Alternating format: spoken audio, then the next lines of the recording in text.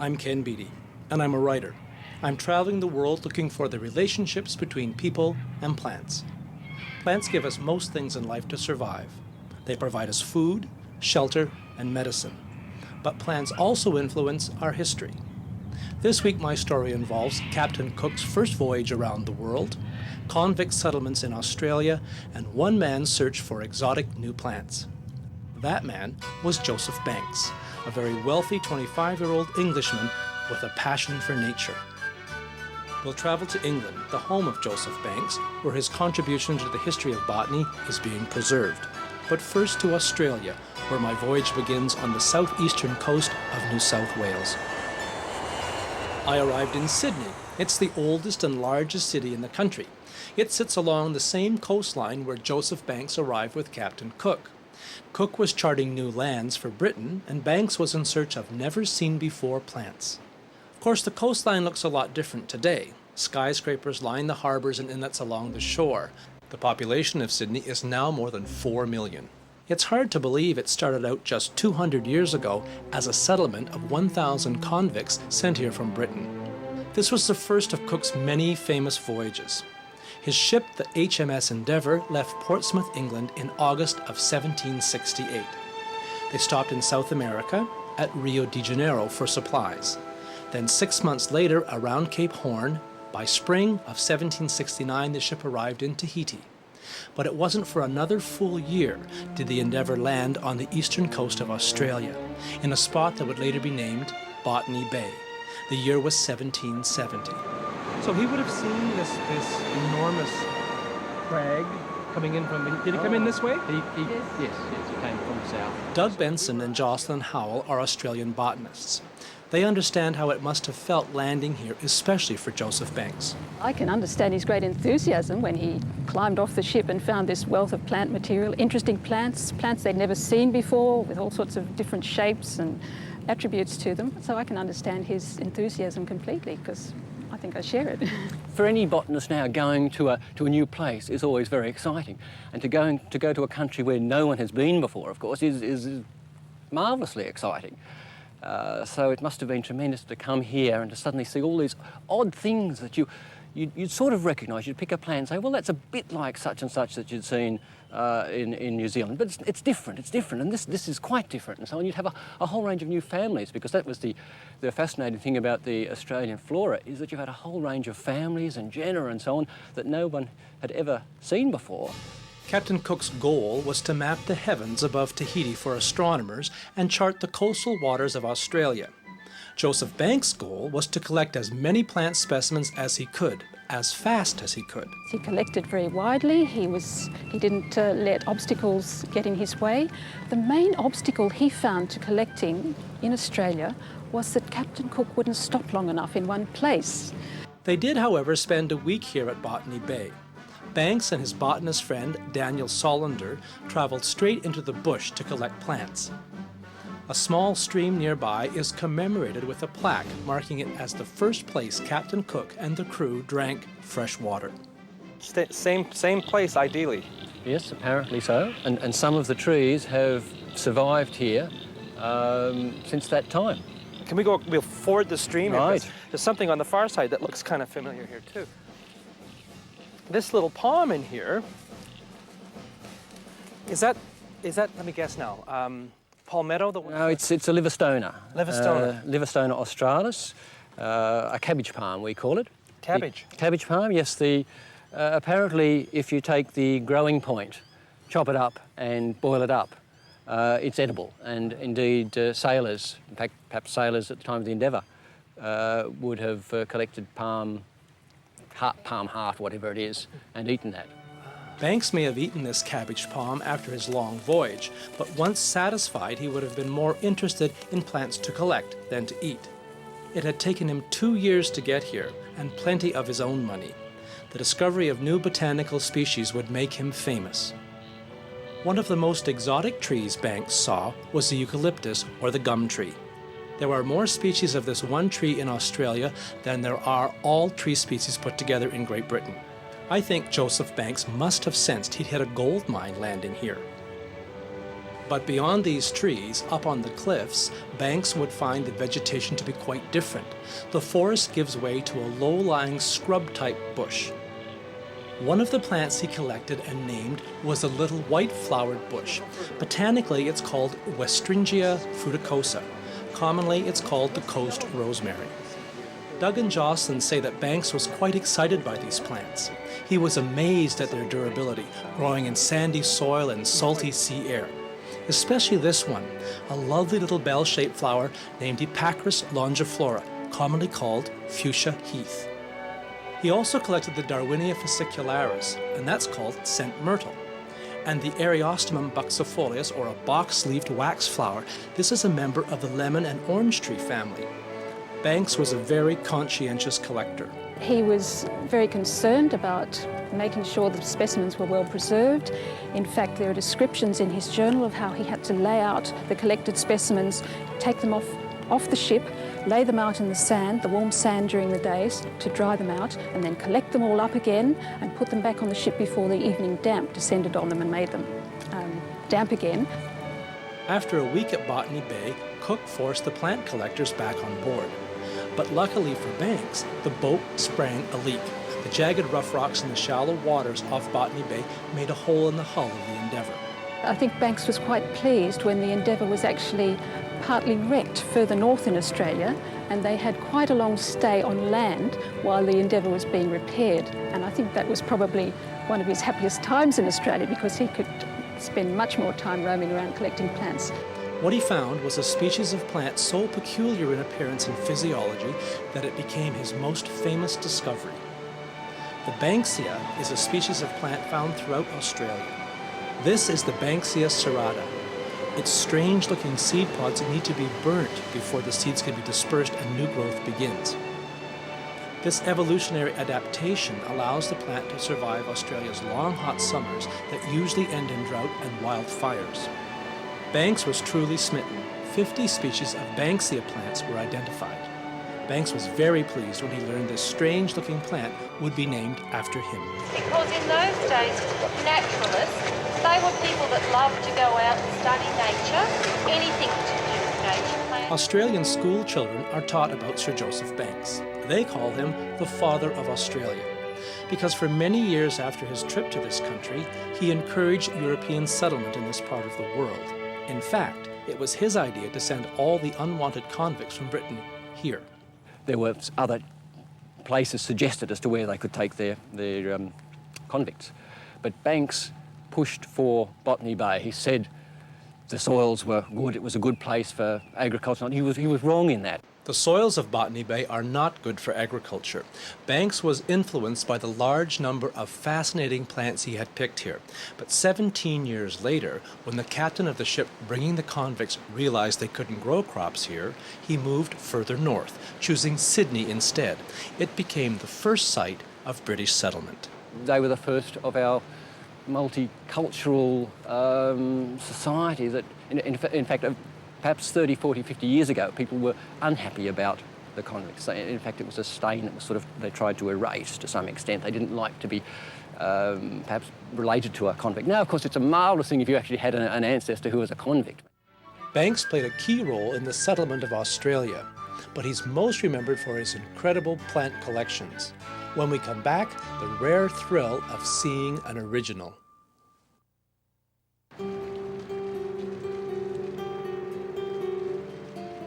In the heart of Sydney, down by the harbour, is the Royal Botanical Garden. This is where Doug and Jocelyn do their research. Inside, Doug took me to the herbarium. It's an impressive library containing almost 1 million Australian plant specimens. Now, botanists here work to identify the 100 new species of plants that are found every year in this country.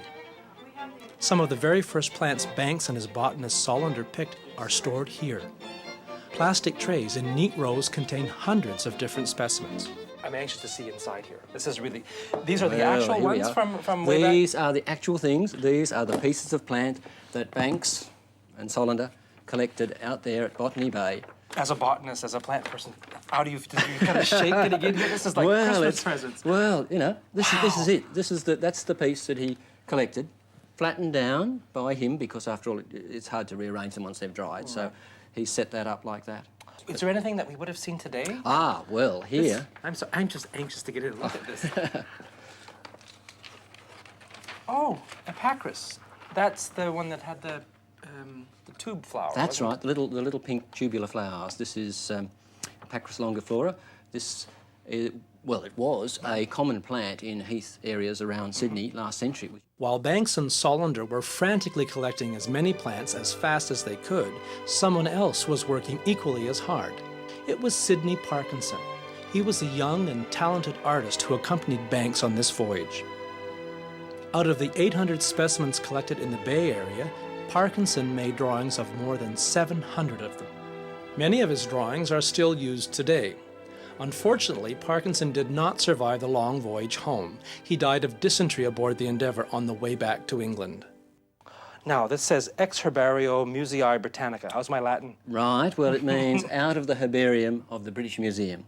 So Banks' collection, when he died, was passed on to the British Museum. That is spectacular. I can move it, can I? Oh, yes, Yeah, yes, like yes. And, of course, all these materials would have remained in Britain. But round about the turn of the century, the director of the Botanic Gardens here in Sydney, made a bit of a fuss about things being, all in Britain. Proper, yeah. And so they graciously sent us parts of the collection.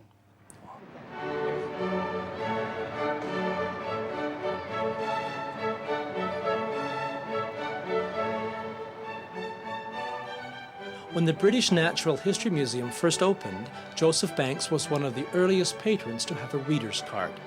And when he died, the majority of his plant collection was moved from his home to this museum in London, England.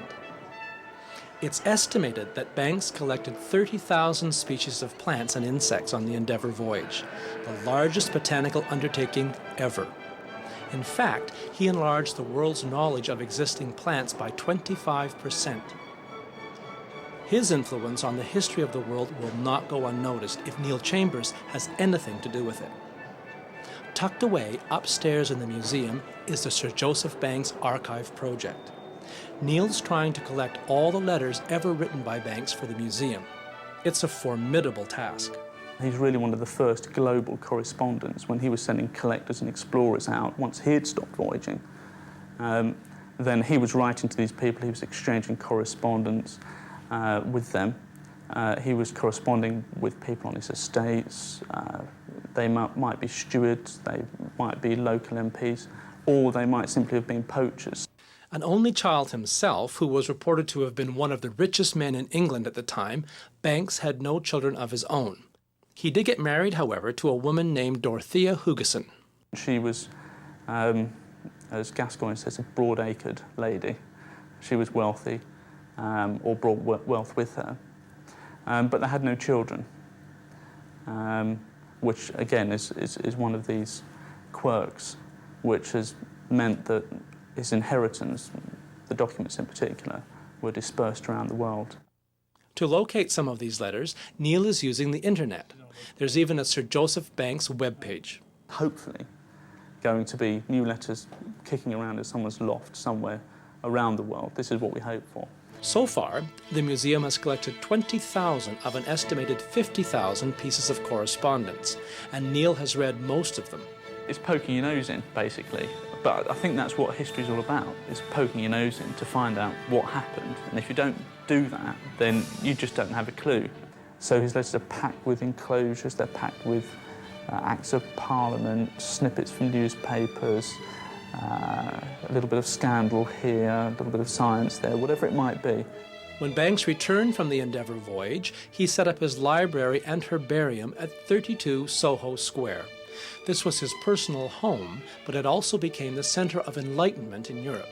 Scholars from all over the world visited Banks here. He was a personal friend of the King of England at the time, King George III.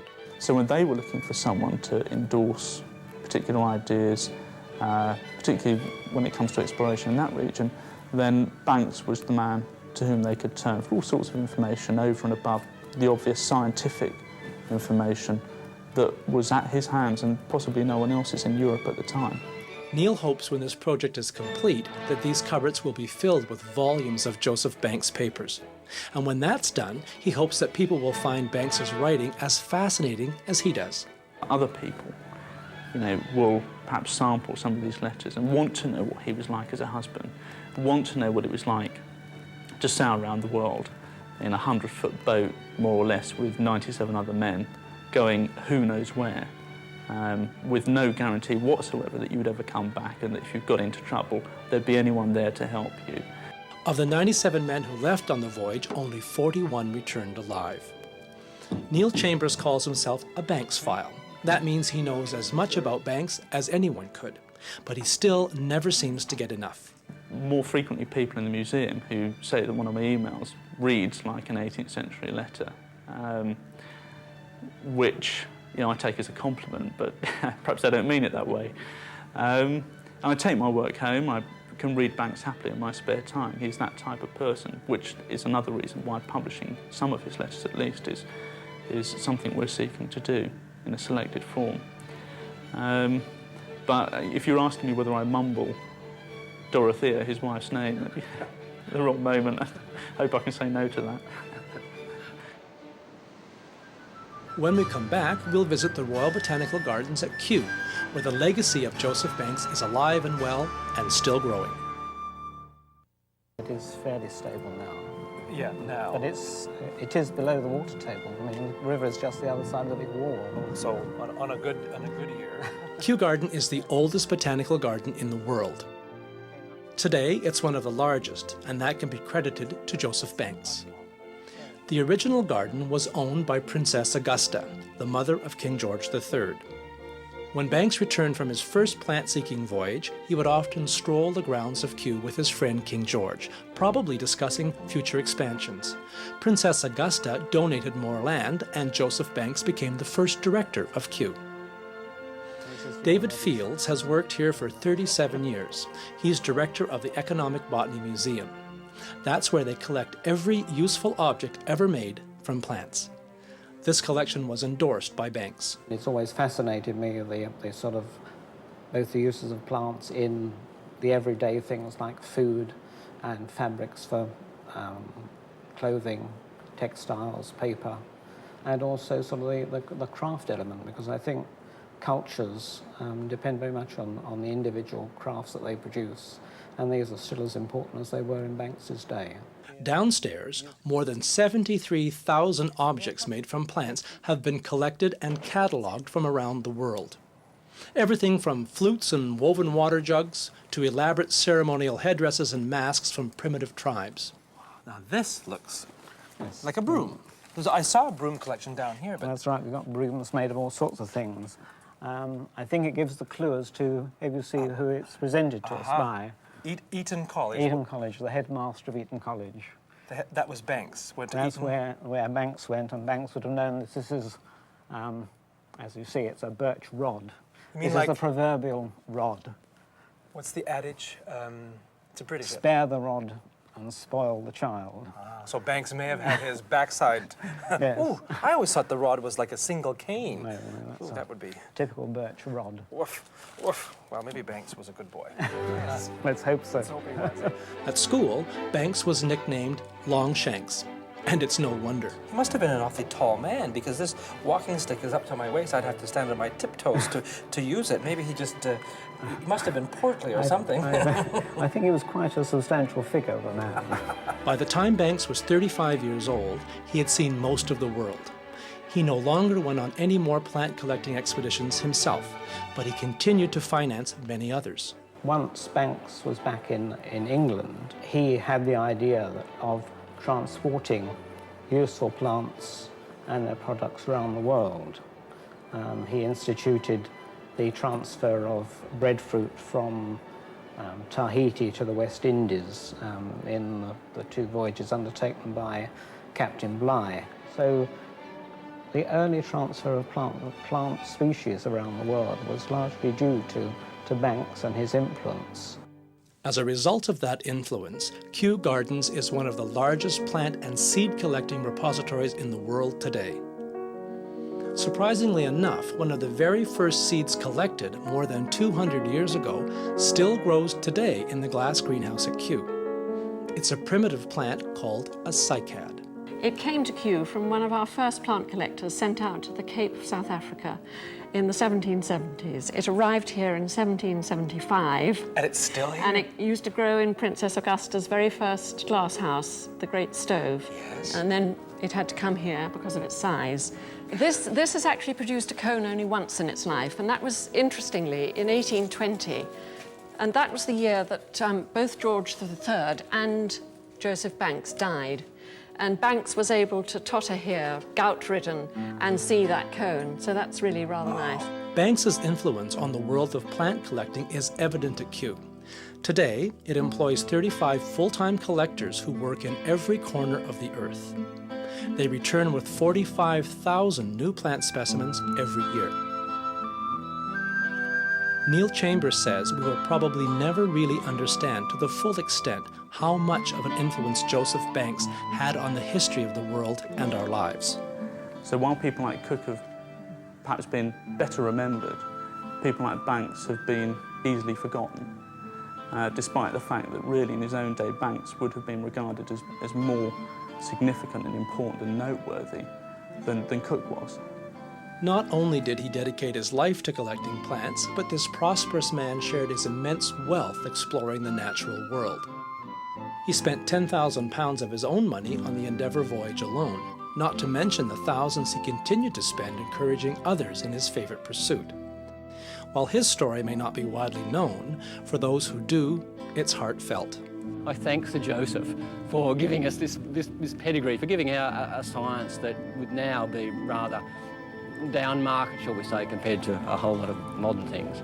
It gives us a little bit more of a place in our society. Well, we might be a few years further back than we are now if we hadn't had such a great enthusiast to push it forward and expand the knowledge. We need to understand Banks because in understanding him, we'll understand what forces and what figures have created the world that we've inherited today. Sir Joseph Banks, the father of Australia, he was the first global plant collector. His legacy is as far-reaching as his journeys, because he knew that to understand plants was to understand life. I'm Ken Beattie. Join me again next time as we journey through the Earth's Garden.